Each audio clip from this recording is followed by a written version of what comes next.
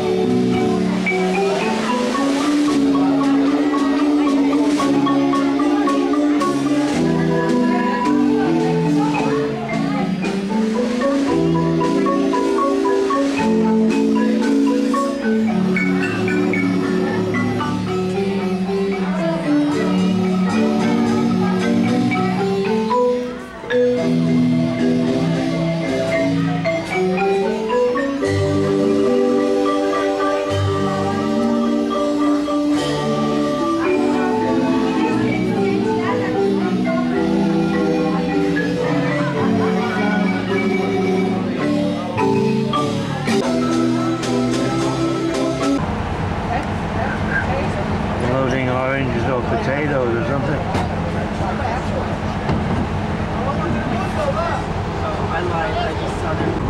We just passed the sugar mill, the biggest in the country. Sugar is the main export, followed by coffee and bananas.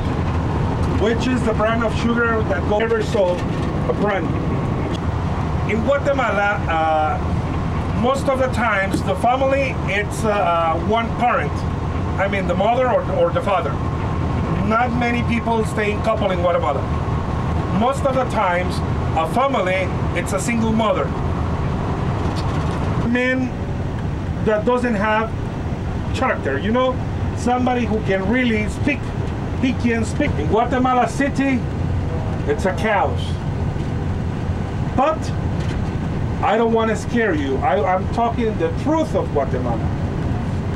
I expect that you can understand this, but we need it. The ear of the king of Spain, if the king heard by himself. Of God of Cain of the Old Testament with the wood. That's the reason why for the conquistador, basically.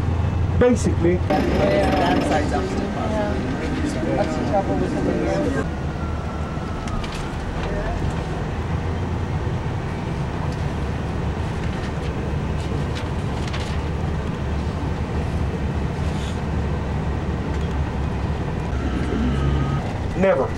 Us have to go out of a park. No, the park is in front.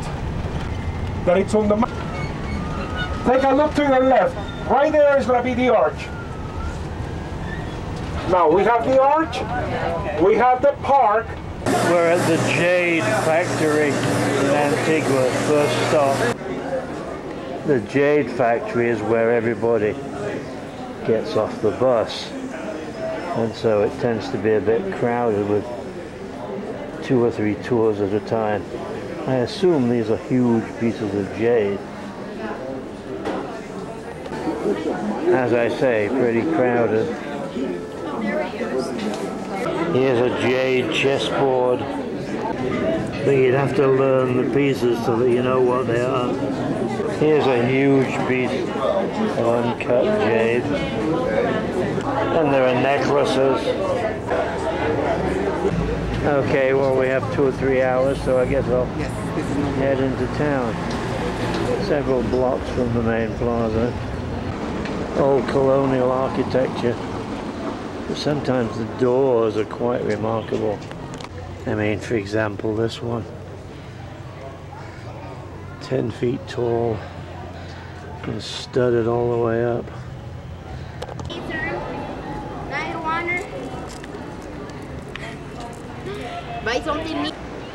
And at the main square and the old colonial buildings around it are probably the major attraction of this city.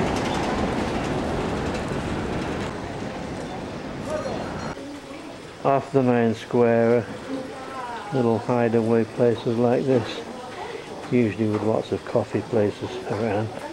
That's kind of amusing. According to our guide, that was the first arch built in Latin America, though, you know, who knows. And the armed guards with shotguns outside all the banks. Lots of cafes.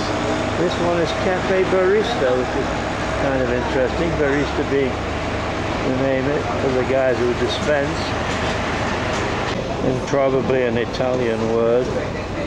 Hard to walk around because the streets are very unevenly cobbled, or else they're totally bare. Two fountains, little one and a big one in the square. The only problem with sitting in the square is, like basically anywhere in Asia or South America or India for that matter, because so many people are selling things. It is a poor country. I mean, at least the people selling things dressed really beautifully in those kind of Mayan style shawls and rebosos and things. It's a poor country. Its population about 14 million, of whom about 9,000 are Mayans. But the Mayans are all different groupings and so on, and speak different variations of their own language. Spanish, of course, being the official language. Our guide is pretty good. He talked virtually all the way here, which is a 90-minute ride, and plans to talk all the way back, where he threatens to tell us Guatemala's history. But sometimes they're not very good, but I'm lucky enough to be sitting up front so I can hear him well, and he is obviously an intelligent fellow named Edgar. I'm sure that's not his real name. The trouble about tours is they're such sales trips. I mean, after a 90-minute drive from the boat to this town, they let us off at the Jade Museum, which is okay, except that it's like about 6 blocks from the center of town. And unfortunately, we're leaving also from the Jade Museum. So if you don't want to buy any jade, you have to do 12 needless blocks of walking just to go to and from the bus.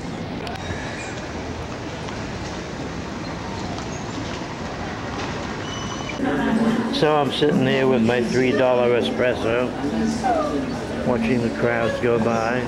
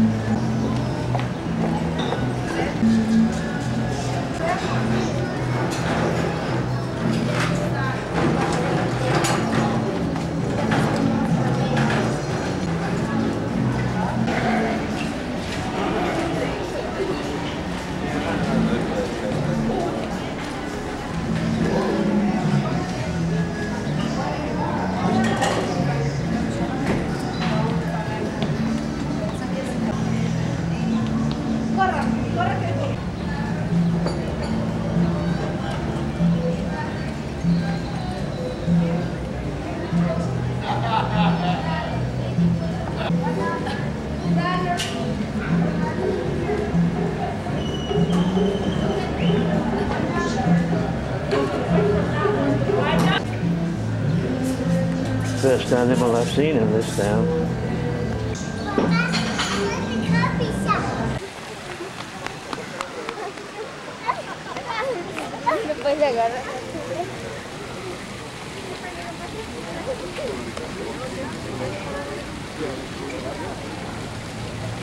There's a funny kid on a unicycle teasing the young girls.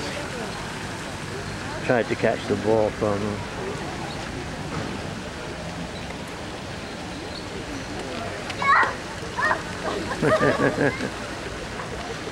Small sister and mother watches.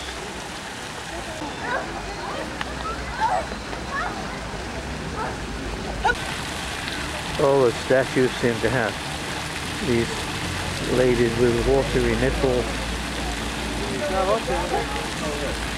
Nice fountain. Cathedral dominates the what would be the south end of the plaza, I think. People pose in front of it a lot to photograph. At each corner of the park actually says Casa de la Cultura at the entrance here. Nice little restaurants off the main street. There's the Guatemalan flag, which has a quetzal on it. That's the national bird. It's also the name of the currency. These are the closed gates of the Hotel Aurora.